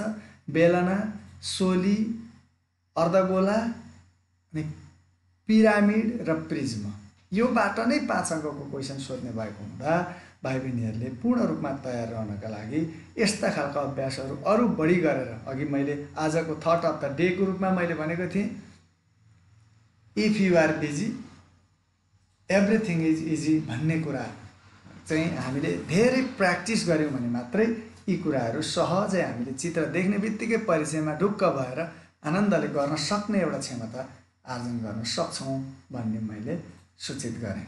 अब यहाँ एउटा मैले कन्सेप्ट दिन खोजेँ।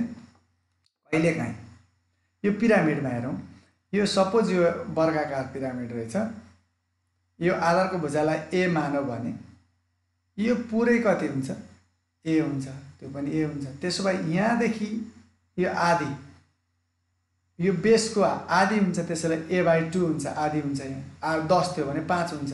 त्यस्तै यो पनि पुरै छ भने यहाँदेखि यहाँ पनि, यो सेन्टरदेखि यहाँ पनि आधी नै हो, a/2 नै हो। यो सिधा उचाइलाई हामी h भन्ने गर्छौँ, छड्के उचाइलाई l भन्ने गर्छौँ। यही मान्नुपर्छ भन्ने चाहिँ छैन फेरि पनि। अनि यो किनाराको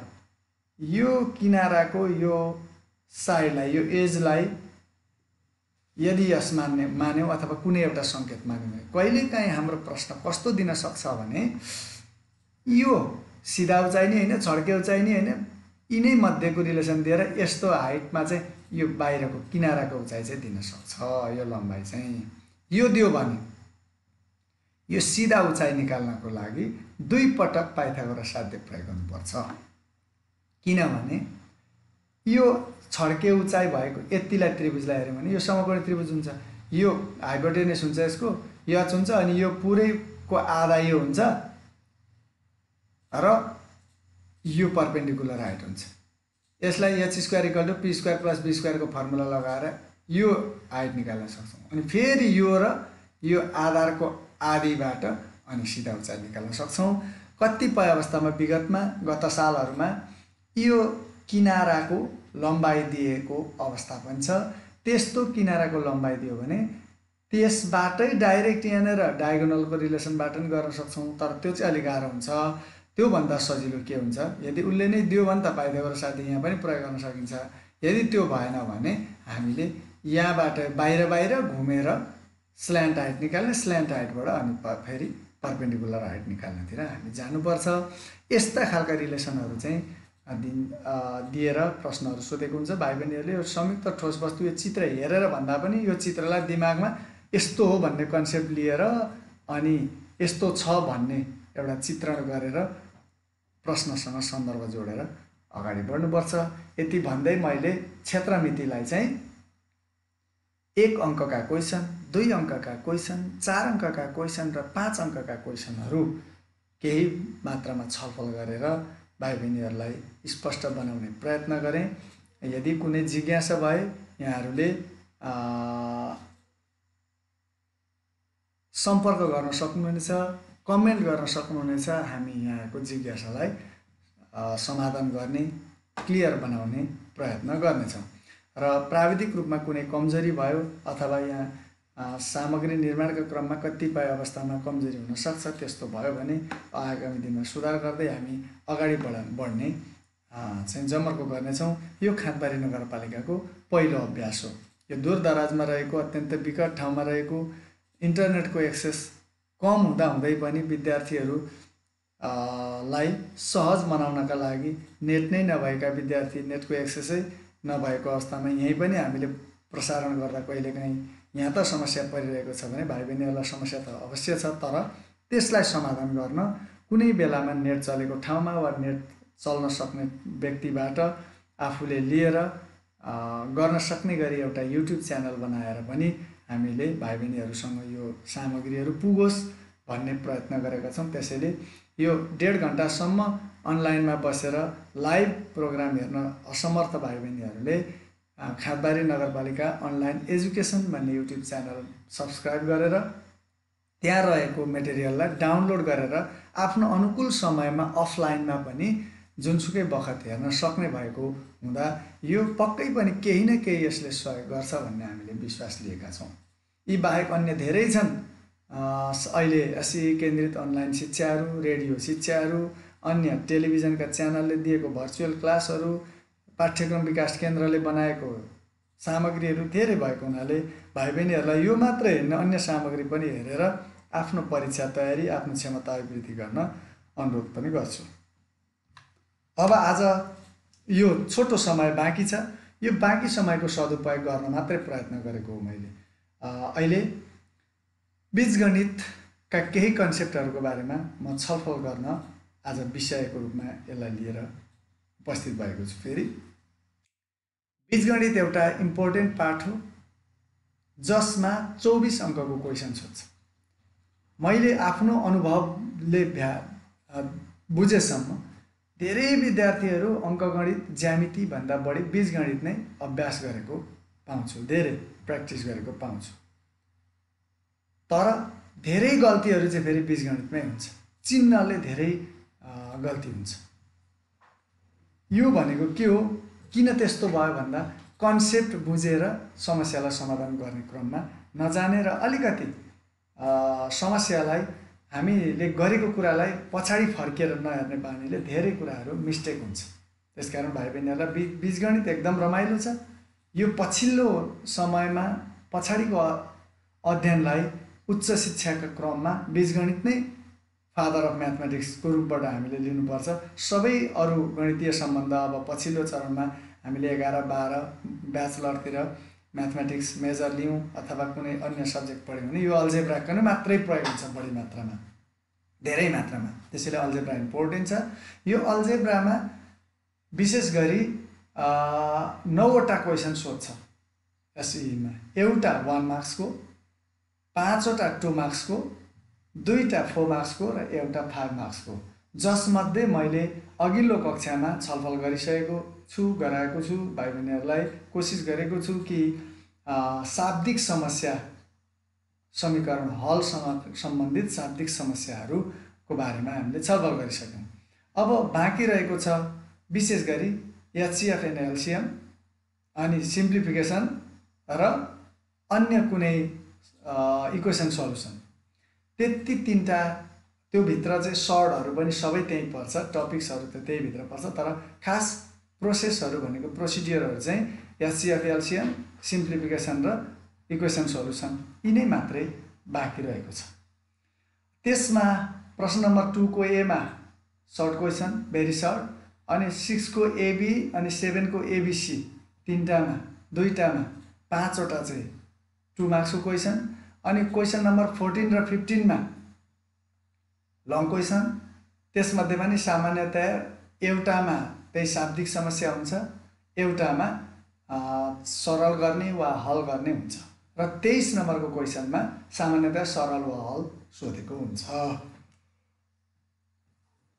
अब आज यो मध्ये मैले थोरै विषयवस्तु पस्कन गइरहेको छु। एचसीएफ एन्ड एलसीएम अङ्कका आधारबाट एचसीएफ एलसीएम त्यत्रो धेरै महत्त्वपूर्ण नहोला। कहिले 2 मार्क्सको मात्रै सोध्छ, कहिले 4 मार्क्सको मात्रै सोध्छ, कहिलेकाहीँ त नसोध्न पनि सक्छ। तर यो एचसीएफ एलसीएम नै बेस हो। जग बलियो भयो भने घर बलियो हुन्छ भने जस्तै यो एचसीएफ र एलसीएम यदि कम्प्लिट तयार गऱ्यौँ भने सरल हलहरू सजिलैसँग गर्न सकिन्छ।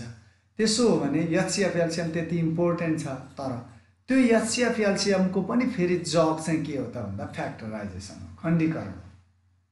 त्यसैले खण्डीकरण क्लास 8 देखि साह्रै बढी 7 8 देखि नै पढेका छौँ। 8 मा बढी छ, 8 मा र 9 मा।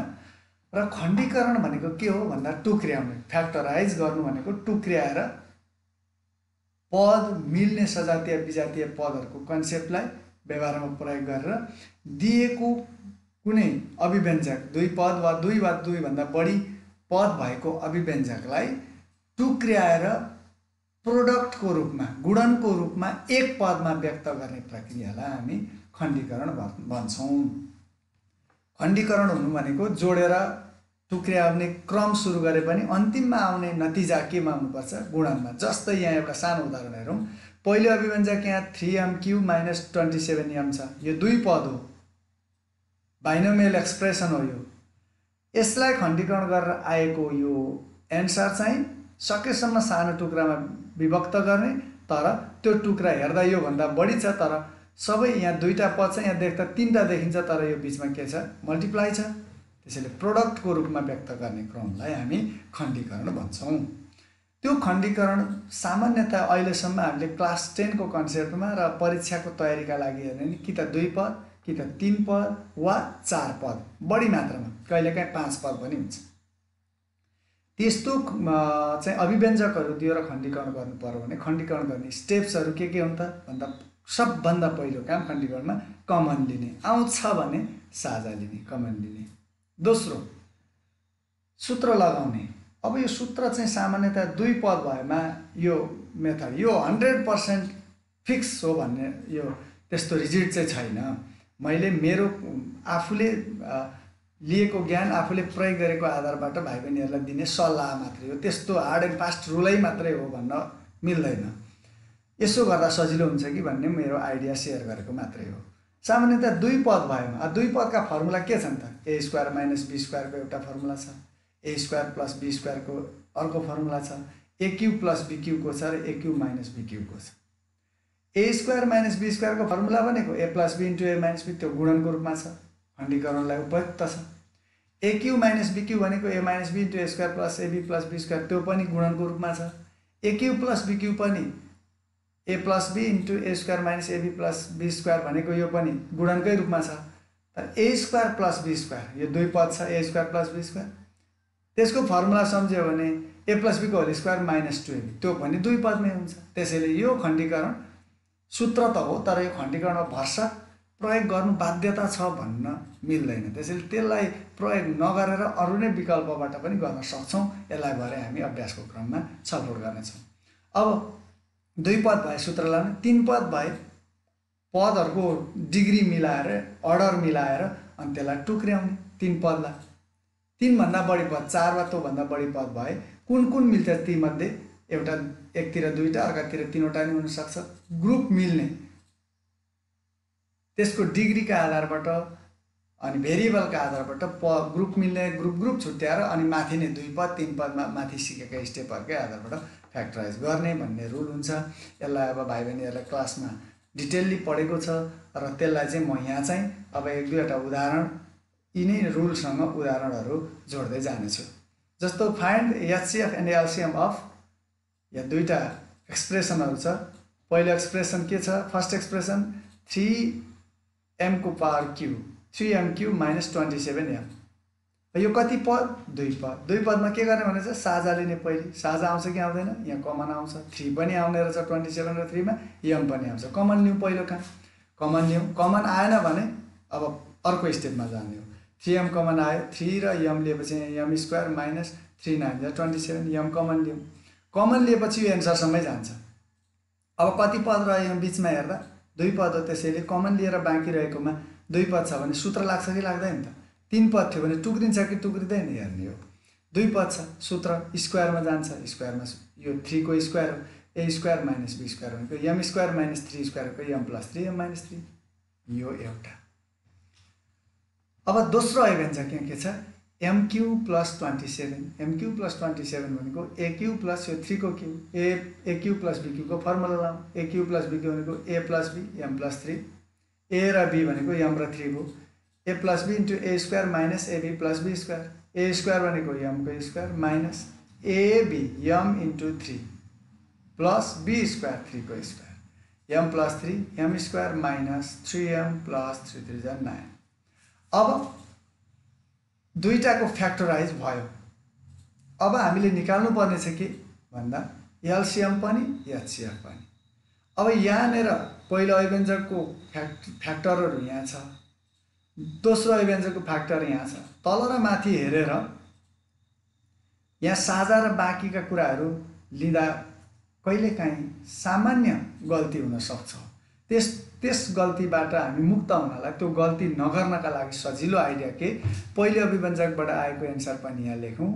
दोस्रो अभिव्यञ्जकबाट आएको एन्सर पनि यहाँ लेखौँ अब यहीँ मात्रै हाम्रो ध्यान केन्द्रित गर्दा भयो नि त हामीले तल माथि हेर्नु पर्दैन त्यसकारण यहाँबाट हेरौँ अब हाइएस्ट कमन फ्याक्टर फ्याक्टरहरूमध्ये आए जति सबै कमन फ्याक्टरहरू लिने सबै हाइएस्ट कमन भनेको कमन जति सबै लिने सबभन्दा बढी कमन जति लिने भने हो यहाँ के कमन आयो एम प्लस 3 कमन आयो त्यति भयो यदि केही कमन थिएन भने इन्टु 1 त दुवैमा छ त्यसैले 1 हुन्थ्यो एचसीएफ यहाँ कमन छ त्यसैले कमन लिउँ थिएन भने 1 हुन्छ भन्ने कुरा बुझ्नु पर्यो अब एलसीएम भनेको common and remaining common M plus 3 भयो अब बाँकी कुनै मिल्दैन त्यसैले यो तीनटै 3m पनि एम प्लस 3 कमन भइहाल्यो एम माइनस 3 पनि am square minus 3m plus 9 पनि यसरी यदि यो 4 नम्बरको क्वेसन थियो भने यी फ्याक्टराइज गर्दा एक एक नम्बर अनि एचसीएफ र एलसीएम पत्ता लगाएको एक एक नम्बर हुन सक्छ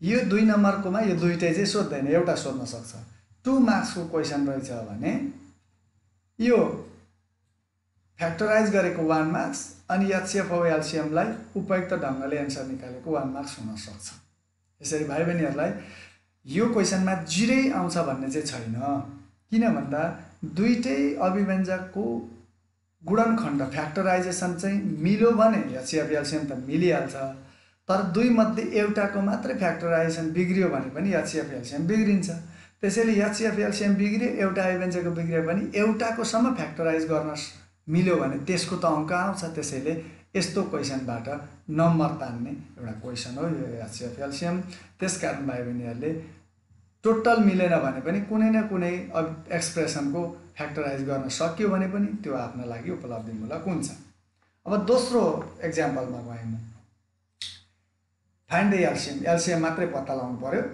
यो दुईटा एक्सप्रेसनहरू छ X square minus Y square minus X plus Y र X square minus Y square minus 2x plus 1 ल पहिलो अभिव्यञ्जकमा जाउँ दोस्रो अभिव्यञ्जक र पहिलो दुईटै 4 पद छ यहाँ मैले मास्तिर नियममा के लेख्दै 3 भन्दा बढी पद भएमा पद मिलाउने भनेको छ अब यहाँ 3 भन्दा बढी पद 4 पद छ 4 पदमा पुरैमा कमन आएन साझा आएन नआएपछि अब पद मिलाउने कुन मिलाउने कसरी मिलाउने यसको रुल छ एउटा रुल छ यहाँ यो होल स्क्वायरमा गयो यो पनि होल स्क्वायरमा गयो यो x भनेको स्क्वायरमा जाँदैन यो पनि स्क्वायरमा जाँदैन त्यसो भए यहाँ कस्तो आयो स्क्वायरमा जाने दुईटा स्क्वायरमा नजाने दुईटा छ भने हो यो जाने दुईटाको काम गरौँ नजाने दुईटाको काम गरौँ भने हो यसले त्यसो भए यो दुईटालाई फर्मुला लगायो A square minus be square भनेको X plus Y X minus Y भयो अब यो दुईटामा केही पनि छैन सुरुमा माइनस छ भनेपछि माइनस कमन लिने कमन के आउँछ यहाँ 1 आउँछ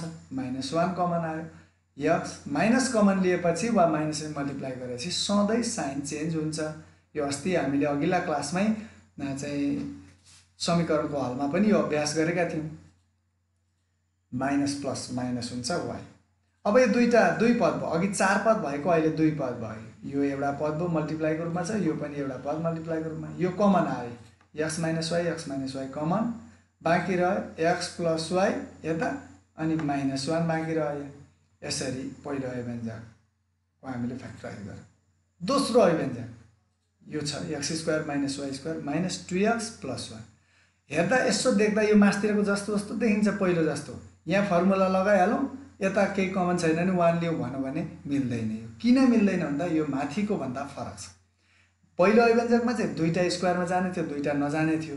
तर दोस्रोमा हेरौँ, दुईटा स्क्वायरमा जाने होइन, यो पनि स्क्वायरमा जान्छ, यो पनि स्क्वायरमा जान्छ, 2x जाँदैन, तर 1 त स्क्वायरमा जान्छ नि। तीनटा स्क्वायरमा जाने, एउटा नजाने रहेछ। अब यसलाई मिलाउने अर्कै छ तरिका, बराबर भएन। अब कसरी मिलाउने होला भन्दा भाइ बहिनीहरूले यसरी हेरौँ, तीनटा स्क्वायरमा जाने, एउटा नजाने छ भने यो नजाने हेरौँ, अल्पमतको हेरौँ। यहाँ दुईटा भेरिएबल छ, x र y। यो नजानेमा, यो स्क्वायरमा नगएको पदमा के छ? x मात्रै छ, y त छैन। त्यसो भए यो y भएको पदलाई छुट्याऊ भनेको यसले, x भएको र यो नम्बर भएको जति एकतिर बनाऊ, y भएको अर्कातिर लैजाऊ भने। त्यसकारण x स्क्वायर अनि यो 2x र 1 यता, यो y चाहिँ योसँग नमिलेको हुनाले यो स्क्वायरमा नगएको पदमा नभएको भेरिएबल चाहिँ एकतिर एउटा ग्रुप बनाउने भने हो। अब a square minus 2ab plus b स्क्वायरको फर्ममा छ, यो x माइनस 1 को होल स्क्वायर हुन्छ, यो y को स्क्वायर भनेको y को होल स्क्वायर। अब यसलाई a सम्झ्यो भने a square minus b square, यो फर्मुलामा लाग्यो, a square minus b square भनेको a प्लस b into a minus b हुन्छ।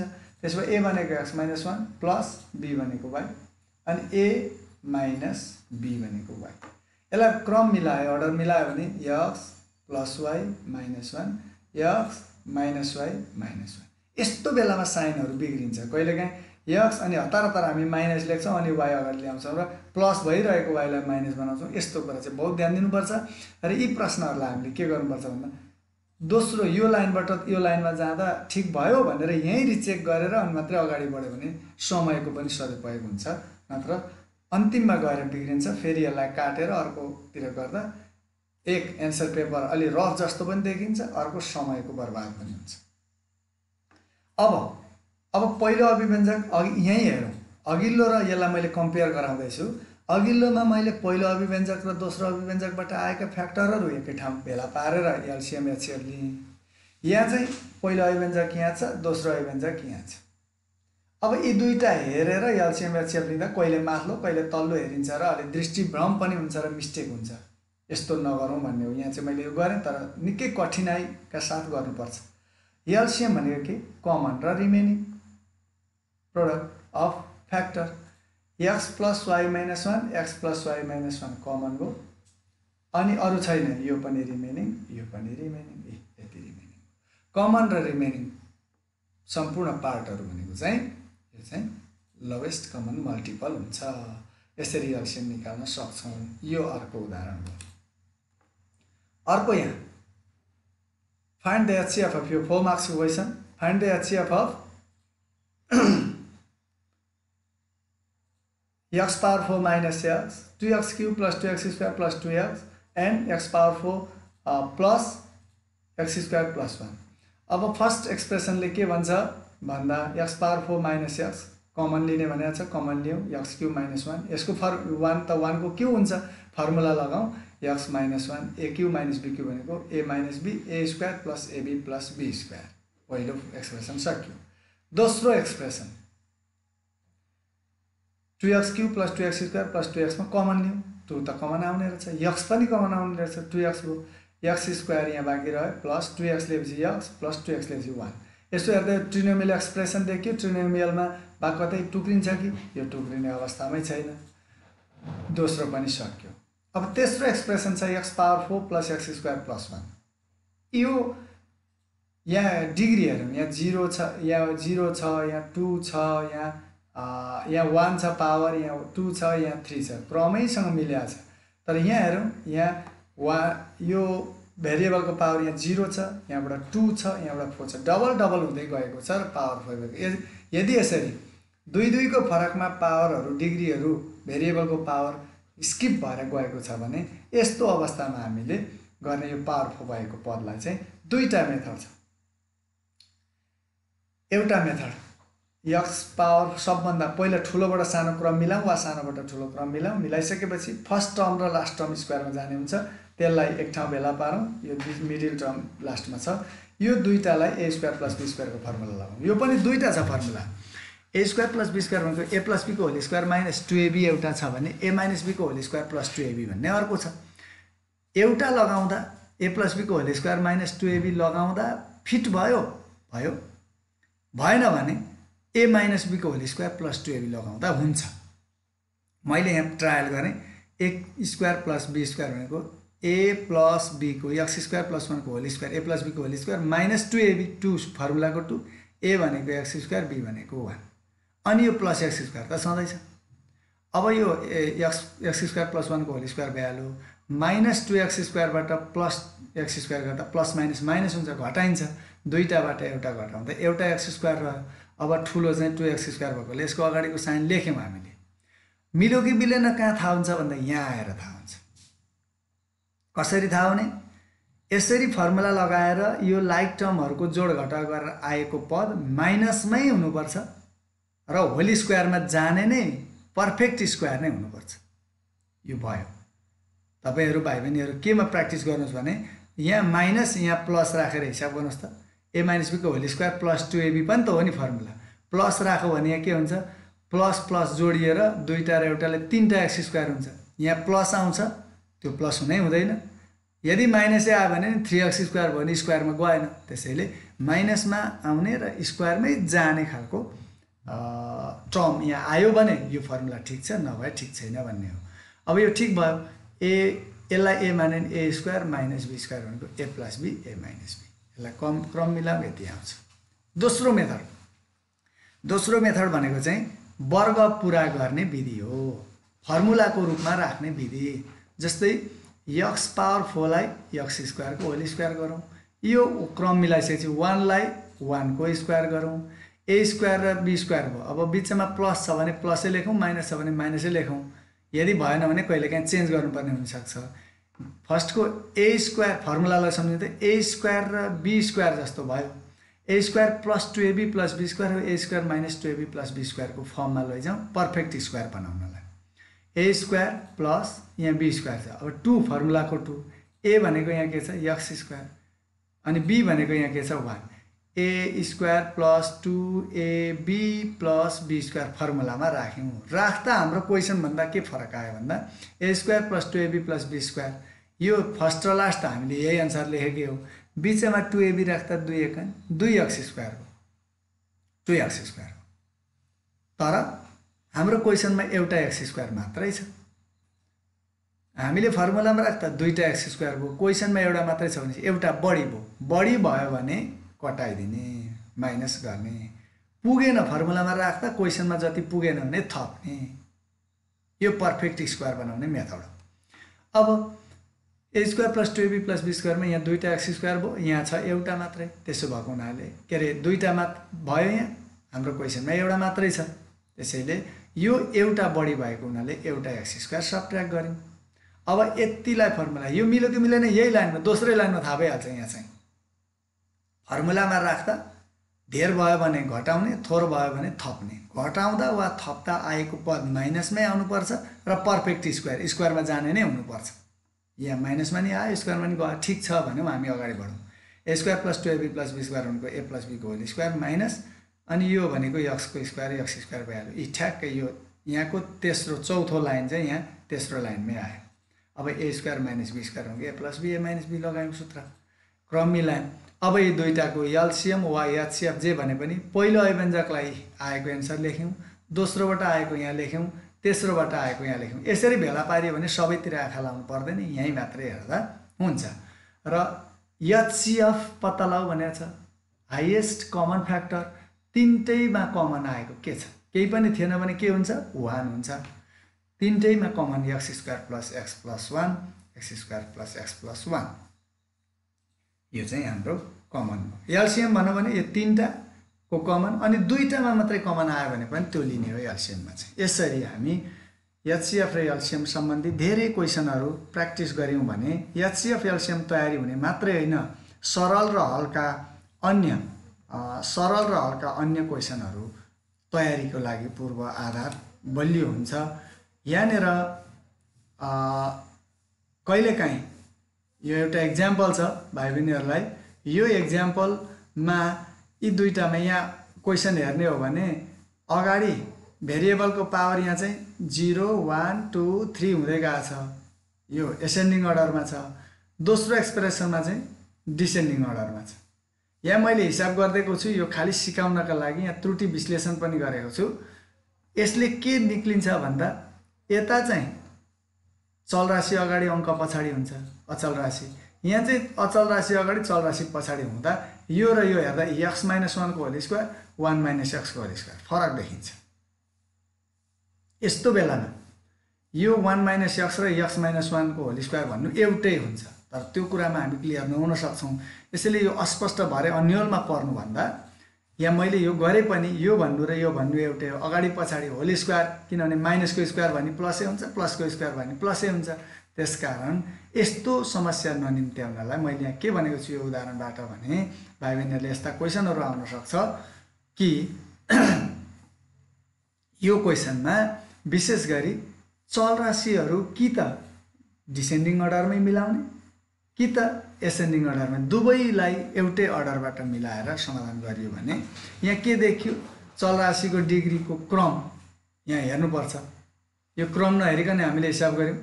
दोस्रो, पहिलोमा यो पावर चाहिँ बढ्दो छ, दोस्रोमा घट्दो छ, यो पत्ता लगायौँ हामीले।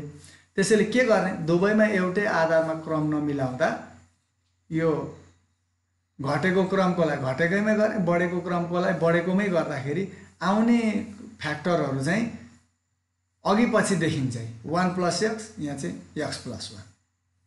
प्लसमा त समस्या भएन, माइनस हुँदाखेरि यसले समस्या निम्त्याउने भएको हुँदा यो अघिल्लो अभिव्यञ्जकलाई पनि x³ + x² - x + 1 गर्यो भने चाहिँ यसलाई सजिलो गरी हामी समाधान गर्न सक्छौँ भन्ने बारे भोलि हामी छलफल गर्नेछौँ। यहाँ अरू पनि समस्याहरू छन्, यसको बारेमा भोलि अलिकति छलफल गरेर अनि बाँकी भागहरूलाई हामी अरू युनिट भोलि हामी छलफल गर्नेछौँ। मैले अभ्यासको लागि भाइ बहिनीहरूलाई तयार पनि गरेको थिएँ। आजको समय हाम्रो समय सीमा नागिसकेको छ। म भोलि यी विषय बाँकी रहेको विषय भोलिको दिनमा पस्कने यहाँहरूलाई अनुरोधपूर्वक जानकारी गराउँदै विशेष गरी अल्जेब्रामा सबैभन्दा महत्त्वपूर्ण विषयवस्तु भनेको खण्डीकरण हो। यसमा पूर्ण आत्मविश्वाससहितको तयारी गर्न सकिन्छ।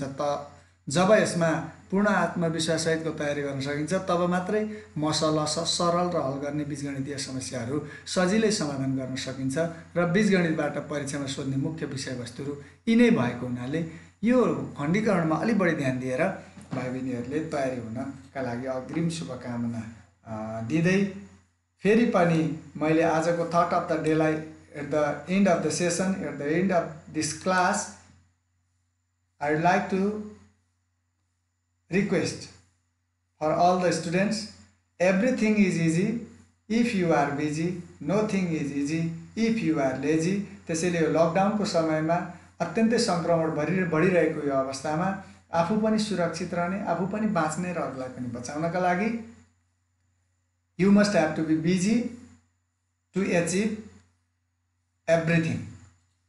त्यसैले तपाईँ आफ्नै घरमा बस्नुहोस्, प्रयास गर्नुहोस्, बिजी रहनुहोस्, सबै कुरा तपाईँको लागि इजी हुनेछ भन्ने शुभकामना शुभेच्छा व्यक्त गर्दै आजको कक्षाबाट म विषय शिक्षक सहजकर्ता मेदिनी घिमिरे महेन्द्र मावि मानेभन्ज्याङको माध्यमिक तहको गणित विषय शिक्षक तथा खादबारी नगरपालिकाका कम्प्युटर इन्जिनियर अनुप तामाङ हामी दुवै यहाँहरूबाट बिदा माग्छौँ। भोलि ठिक 7:30 बजे फेरि यसरी नै तपाईहरुसँग भेटघाट गर्ने बाचासहित आज हामी बिदा माग्छौँ। धन्यवाद, नमस्कार।